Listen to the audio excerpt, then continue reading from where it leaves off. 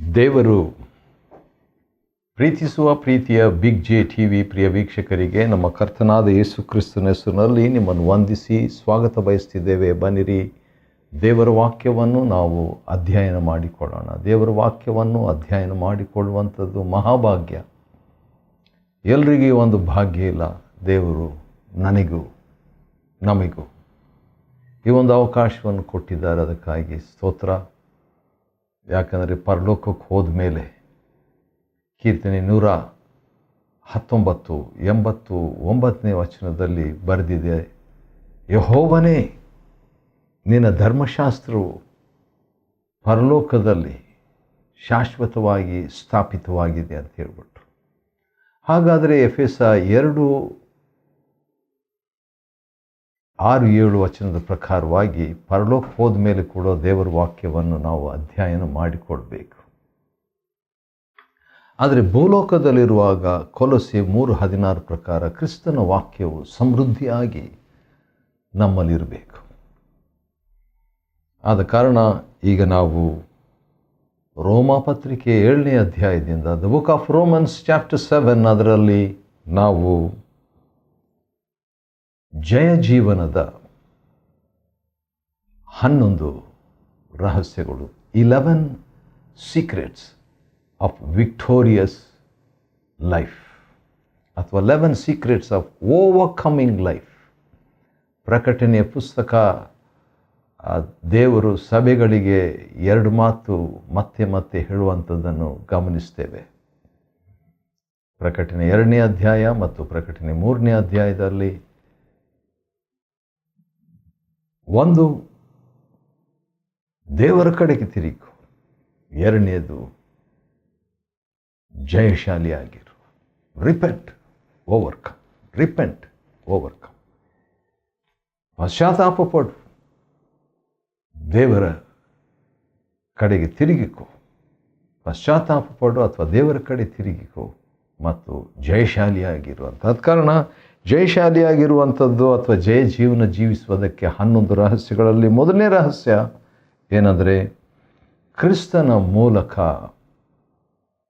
ನಾವು ಸಾಯುವುದಂದರೆ ದೈಹಿಕವಾದ ಮರಣ ಅಲ್ಲ. ಕ್ರಿಸ್ತನ ಮೂಲಕ ಅಥವಾ ಕ್ರಿಸ್ತನ ದೇಹದ ಮೂಲಕ ನಾವು ಸಾಯುವುದು. ಯಾವುದಕ್ಕೆ ಸಾಯಬೇಕು? ಧರ್ಮಶಾಸ್ತ್ರಕ್ಕೆ ಸಾಯಬೇಕು. ಹೌದಾ? ಹೌದು. ನಾವು ನೋಡಿದ್ವಿ 6ನೇ ಅಧ್ಯಾಯದಲ್ಲಿ ಏನಂದರೆ, ನಾವು ಪಾಪದ ಪಾಲಿಗೆ ಸಾಯುವುದು ಎಂಬುದಾಗಿ. ಎಲ್ಲಿದೆ ಅದು? ರೋಮ 6:2ನೇ ವಚನದಲ್ಲಿ ಪಾಪದ ಪಾಲಿಗೆ ಸಾಯುವುದು. ಡೆಡ್ ಟು ಸಿನ್.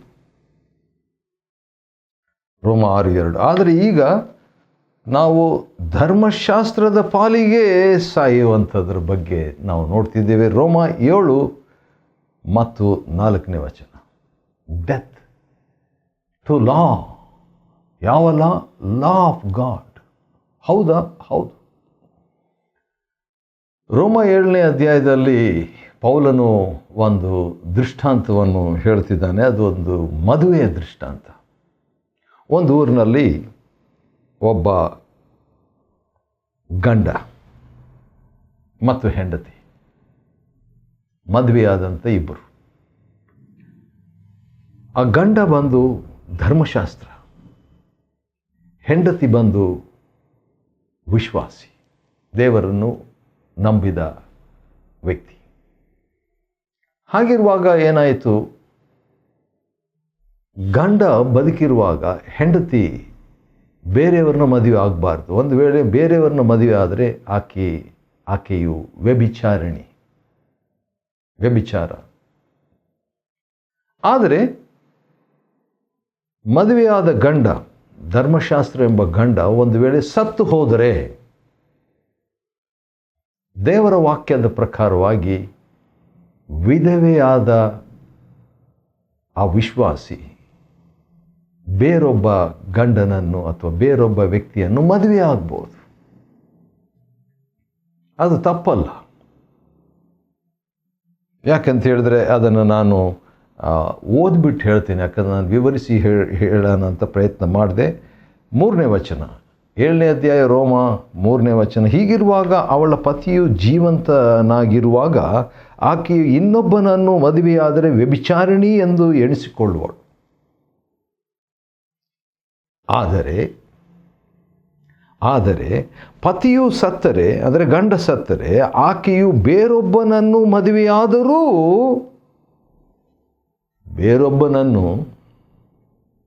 ಮದುವೆಯಾದರೂ ಪತಿಯು ಸತ್ತ ಮೇಲೆ ಆಕೆಯು ಬೇರೊಬ್ಬನನ್ನು ಮದುವೆಯಾದರೂ ಆ ಕಾನೂನಿನಿಂದ ಅವಳು ಬಿಡುಗಡೆ ಆಗಿರಲಾಗಿ ವ್ಯಭಿಚಾರಿಣಿ ಎಂದು ಎಣಿಸುವುದಿಲ್ಲ.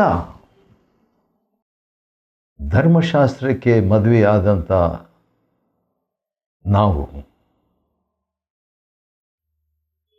ಧರ್ಮಶಾಸ್ತ್ರ ಸತ್ತ ಮೇಲೆ ನಾವು ಕ್ರಿಸ್ತನನ್ನು ಮದುವೆ ಮಾಡಿಕೊಳ್ಬೋದು, ಅಂದರೆ ಆತ್ಮಿಕವಾದಂಥ ಮದುವೆ. ಆದರೆ ಸಮಸ್ಯೆ ಏನಂತ ಹೇಳಿದ್ರೆ, ಧರ್ಮಶಾಸ್ತ್ರ ಸಾಯೋದಿಲ್ಲ, ಮೊದಲನೇ ಗಂಡ ಸಾಯೋದಿಲ್ಲ. ಆದ ಕಾರಣ ದೇವ್ರೇನು ಮಾಡಿಬಿಟ್ರು, ಮೊದಲನೇ ಗಂಡ ಹಾಗೇ ಬದುಕಿರಲಿ, ಹೆಂಡತಿಯನ್ನು ಅಂದರೆ ನಮ್ಮನ್ನು ಕ್ರಿಸ್ತನ ದೇಹದ ಮೂಲಕ ಸಾಯಿಸಿಬಿಟ್ರು. ಈಗ ಧರ್ಮಶಾಸ್ತ್ರದಿಂದ ಬಿಡುಗಡೆ, ಕ್ರಿಸ್ತನನ್ನು ನಾವು ಸೇರಿಕೊಳ್ಳಬಹುದು ಎಂಬಂಥ ಒಂದು ರಹಸ್ಯ. ಇದು ಮೊದಲನೇ ರಹಸ್ಯ, ಜಯ ಜೀವನದ ಮೊದಲನೇ ರಹಸ್ಯ. ಅದೇನೆಂದರೆ ಕ್ರಿಸ್ತನೊಂದಿಗೆ, ಕ್ರಿಸ್ತನ ದೇಹದ ಮುಖಾಂತರ ಸಾಯುವುದು. ಎರಡನೇದಾಗಿ second secret of overcoming life, ಅದೇನೆಂದರೆ ಫ್ರೀಡ್ ಫ್ರಮ್ ಲಾ. ಕ್ರಿಸ್ತನ ದೇಹದ ಮೂಲಕ ಸಾಯುವುದು ಧರ್ಮಶಾಸ್ತ್ರಕ್ಕೆ. ಅದು ರೋಮ 7 ಮತ್ತು 4ನೇ ವಚನ. ಈಗ ರೋಮ 7ನೇ ಅಧ್ಯಾಯ ಮತ್ತು 6ನೇ ವಚನದ ಪ್ರಕಾರವಾಗಿ ನಾವು ನೋಡುವುದಾದರೆ, ಧರ್ಮಶಾಸ್ತ್ರದಿಂದ ಬಿಡುಗಡೆ. Romans chapter 7 and verse 6, freed from ಲಾ.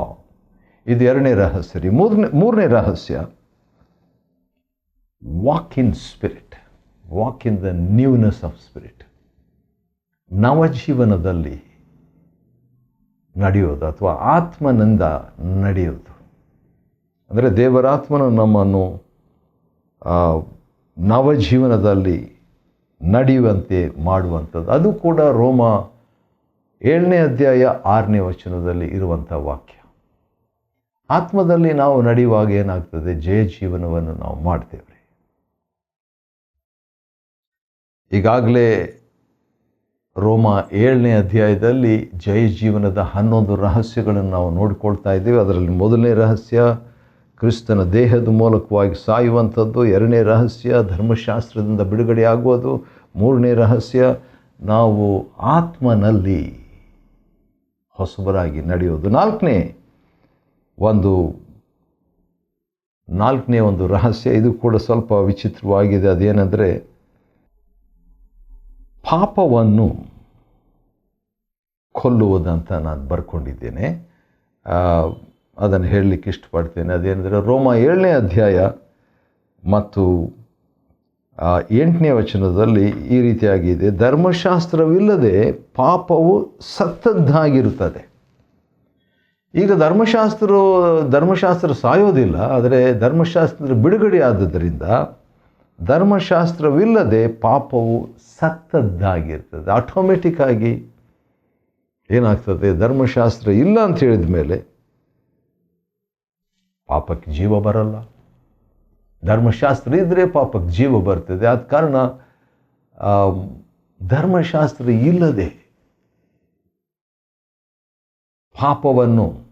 ಪಾಪಕ್ಕೆ ಮರಣವನ್ನು, ಪಾಪಕ್ಕೆ ಕೊಲೆಯನ್ನು ಮಾಡುವಂಥ ರಹಸ್ಯ. ನಾಲ್ಕನೇ ರಹಸ್ಯ, kill sin without the law. ಧರ್ಮಶಾಸ್ತ್ರವಿಲ್ಲದೆ ಪಾಪವನ್ನು ಸಾಯಿಸುವಂಥದ್ದು. ಅದು ನ್ಯಾಚುರಲ್ ಆಗಿ ಸಾಯ್ತಾ ಇರ್ತಾರೆ. ಊಟ ಕೊಡದೇ ಇದ್ದರೆ ಏನಾಗ್ತದೆ, ಧರ್ಮಶಾಸ್ತ್ರ ಊಟ ಇದ್ದ ಹಾಗೆ. ಆದರೆ ಊಟ ಇಲ್ಲದೆ ಹಾಗೇ ಇದ್ದರೆ 1 ದಿನ, 2 ದಿನ, 3 ದಿನ, 1 ವಾರ, 2 ವಾರ, 1 ತಿಂಗಳು, 2 ತಿಂಗಳು, ಆಮೇಲೆ ಸತ್ತೋಗ್ತಾರೆ. ಅದು 4ನೇ ರಹಸ್ಯ ಅಂದರೆ ಜಯಶಾಲಿಯ ಅಥವಾ ಜಯ ಜೀವನದ 4ನೇ ರಹಸ್ಯ. 5ನೇ ರಹಸ್ಯ ಏನಂದರೆ beware of the since deception, ಪಾಪದ ವಂಚನೆಗೆ ಎಚ್ಚರವಾಗಿರುವುದು. ಪಾಪದ ವಂಚನೆಗೆ, ಪಾಪ ವಂಚಿಸ್ತದ? ಹೌದು. ರೋಮ 7ನೇ ಅಧ್ಯಾಯದ 11ನೇ ವಚನದಲ್ಲಿ ಪಾಪವು ಆಜ್ಞೆಯಿಂದ ಅನುಕೂಲ ಹೊಂದಿ ನನ್ನನ್ನು ವಂಚಿಸಿ, ಪಾಪ ಆಕ್ಟಿವೇಟ್ ಆಗ್ತದೆ ಧರ್ಮಶಾಸ್ತ್ರ ಬಂದಾಗ. ಆಮೇಲೆ ಏನು ಮಾಡಿಬಿಡ್ತದೆ, ಪಾಪ ನನ್ನನ್ನು ವಂಚಿಸಿಬಿಟ್ಟು ಅದು ನನ್ನನ್ನು ಮರಣಕ್ಕೆ ನಡೆಸ್ತದೆ. ಈಗ ನಾನು ಪಾಪವನ್ನಾದರೂ ಮರಣಕ್ಕೆ ನಡೆಸಬೇಕು, ಇಲ್ಲದಿದ್ದರೆ ಪಾಪವು ಆಜ್ಞೆಯೊಂದಿಗೆ ಅದು ಜೀವಂತ ಪಡ್ಕೊಂಡು ನನ್ನನ್ನು ಮರಣಿಸುವಂಥದ್ದಾಗ್ತದೆ. ಈಗ ಮರಣ, ಪಾಪಕ್ಕೆ ಮರಣ ಅಥವಾ ಪಾಪದ ವಂಚನೆಯಿಂದ ನನಗೆ ಮರಣ ಎಂಬಂಥದ್ದು. ಇದರ ಬಗ್ಗೆ ರೋಮ 7ನೇ ಅಧ್ಯಾಯ 11ನೇ ವಚನದಲ್ಲಿ ನಾವು ನೋಡ್ತೀವಿ. ಆದ ಕಾರಣ ಪಾಪದ ವಂಚನೆಗೆ ಎಚ್ಚರವಾಗಿರಬೇಕು ಎಂಬುದು 5ನೇ ಒಂದು ರಹಸ್ಯ. ಯಾವುದಕ್ಕೆ? ಜಯ ಜೀವನದ 5ನೇ ರಹಸ್ಯ. 6ನೇದಾಗಿ ಧರ್ಮಶಾಸ್ತ್ರವನ್ನು ಕನ್ನಡಿಯನ್ನಾಗಿಟ್ಟುಕೊಳ್ಳುವುದು. ಅಂದರೆ ಧರ್ಮಶಾಸ್ತ್ರ ಇದೆ, ಧರ್ಮಶಾಸ್ತ್ರದ ವಿಮುಕ್ತರಾಗಿದ್ದೇವೆ, ಧರ್ಮಶಾಸ್ತ್ರ ಅದರ ಪಾಲಿಗೆ ನಾವು ಬಿಡುಗಡೆ ಆಗಿದ್ದೇವೆ. ಆದರೆ ಧರ್ಮಶಾಸ್ತ್ರ ಏನಾದರೂ ಅದನ್ನು ಯೂಸ್ ಮಾಡಬೇಕು ಅಥವಾ ಅದನ್ನು ನೋಡಬೇಕಂತ ಹೇಳಿದ್ರೆ ಆ ಧರ್ಮಶಾಸ್ತ್ರವನ್ನು ಕನ್ನಡಿಯೋಪಾದಿಯಲ್ಲಿ ನೋಡುವಂಥದ್ದು. ಯಾಕಂತ ಹೇಳಿದರೆ ರೋಮ 7ನೇ ಅಧ್ಯಾಯ 7ನೇ ವಚನ ಈ ರೀತಿಯಾಗಿದ್ದರೆ, ಒಳ್ಳೆಯದೇ ನನಗೆ ಮೃತ್ಯುಕಾರಕವಾಯಿತು ಎಂದಿಗಿಲ್ಲ, ಆದರೂ ಪಾಪವು ಪಾಪವೇ ಎಂದು ಕಾಣುವಂತೆ ಒಳ್ಳೆಯದರ ಮೂಲಕವೇ ನನ್ನಲ್ಲಿ ಮರಣವು ಉಂಟಾಗುವಂತೆ ಮಾಡಿತು. ಈ ರೀತಿಯಾಗಿ ಆಜ್ಞೆಯ ಮೂಲಕ ಪಾಪವು ಘೋರವಾದದ್ದೇ ಎಂದು ಕಂಡುಬರಲು ಸಾಧ್ಯವಾಯಿತು.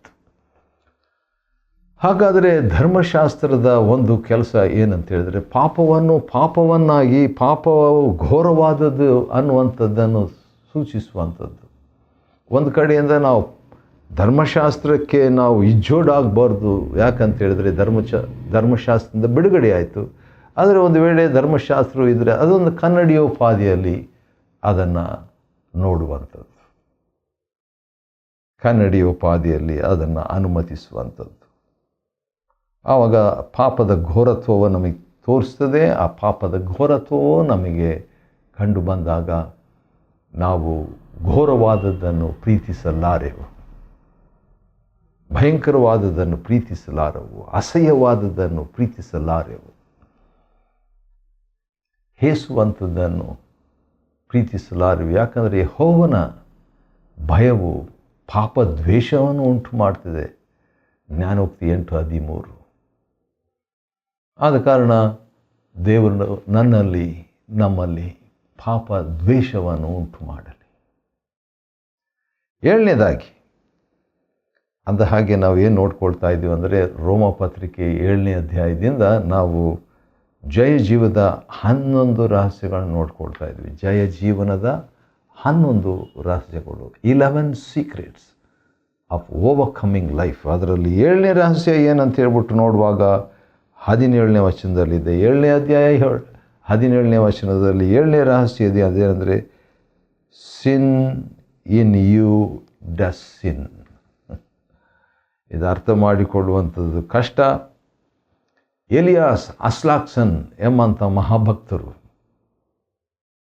ಅವರ ವಿಷಯದಲ್ಲಿ ನನ್ನ ಆತ್ಮಿಕ ನಾಯಕರು, ಆತ್ಮಿಕ ತಂದೆಯೂ ಆಗಿರುವಂಥ ಜ್ಯಾಕ್ಪೂನನ್ ಅವರು ಹೇಳಿದಂಥ ಒಂದು ಹೇಳಿಕೆ ಏನೆಂದರೆ, ಅವರು ಹೇಳ್ತಾರೆ, ಎಲಿಯಾಸ್ ಅಸ್ಲಾಕ್ಸನ್ ಅವರು ನಾನು ಭೂಮಿಯಲ್ಲಿ ಭೇಟಿಯಾದಂಥ ಅತ್ಯಂತ ಭಕ್ತಿವಂತ ವ್ಯಕ್ತಿ ಅಂತ ಹೇಳ್ಬಿಟ್ಟು, ಅತ್ಯಂತ ಭಕ್ತಿವಂತರಾದ ಆ ವ್ಯಕ್ತಿ ಎಲಿಯಾಸ್ ಅಸ್ಲಾಕ್ಸನ್ ಅವರು.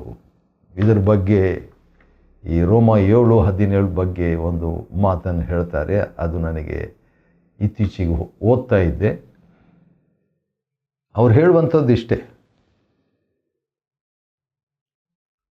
ನಮ್ಮಲ್ಲಿ ಪಾಪ ಇದೆ ಅಂತೆ, ಅಂದರೆ ನಮಗೆ ಪ್ರಕಟವಾಗದ ಪಾಪ, ನಮಗೆ ತಿಳಿಯದ ಪಾಪ ನಮ್ಮಲ್ಲಿದೆ ಅಂತೆ. ಆ ಪಾಪ ಏನು ಮಾಡ್ತಾ ಇರ್ತೈತೆ, ನಮ್ಮನ್ನು ನಮ್ಮೊಳಗಿಂದ ಪಾಪ ಮಾಡ್ತಾ ಇರ್ತದಂತೆ.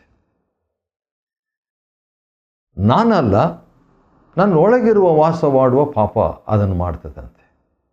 ಹಾಗಾದರೆ ನಾನು ಅದಕ್ಕೆ ಹೊಣೆ ಅಲ್ಲ ಎಂಬುದಾಗಿ ಆ ಮಹಾಭಕ್ತರು ಹೇಳ್ತಾರೆ. ಅದನ್ನು ಅರ್ಥ ಮಾಡಿಕೊಳ್ಳುವಂಥದ್ದು ಕಷ್ಟ. ಆದರೆ ಪೌಲನು ಅದನ್ನೇ ಹೇಳಿದ್ದನ್ನು ನಾವು ನೋಡ್ಕೊಳ್ಳೋಣ ಬನ್ನಿರಿ. 7ನೇ ಅಧ್ಯಾಯ 17ನೇ ವಚನ, ಹೀಗಿರಲಾಗಿ ನಾನು ಬಯಸದಿರುವುದನ್ನು ಮಾಡುವವನು ಇನ್ನು ನಾನಲ್ಲ, ನನ್ನಲ್ಲಿ ನೆಲೆಸಿರುವ ಪಾಪವೇ ಅದನ್ನು ಮಾಡ್ತದೆ.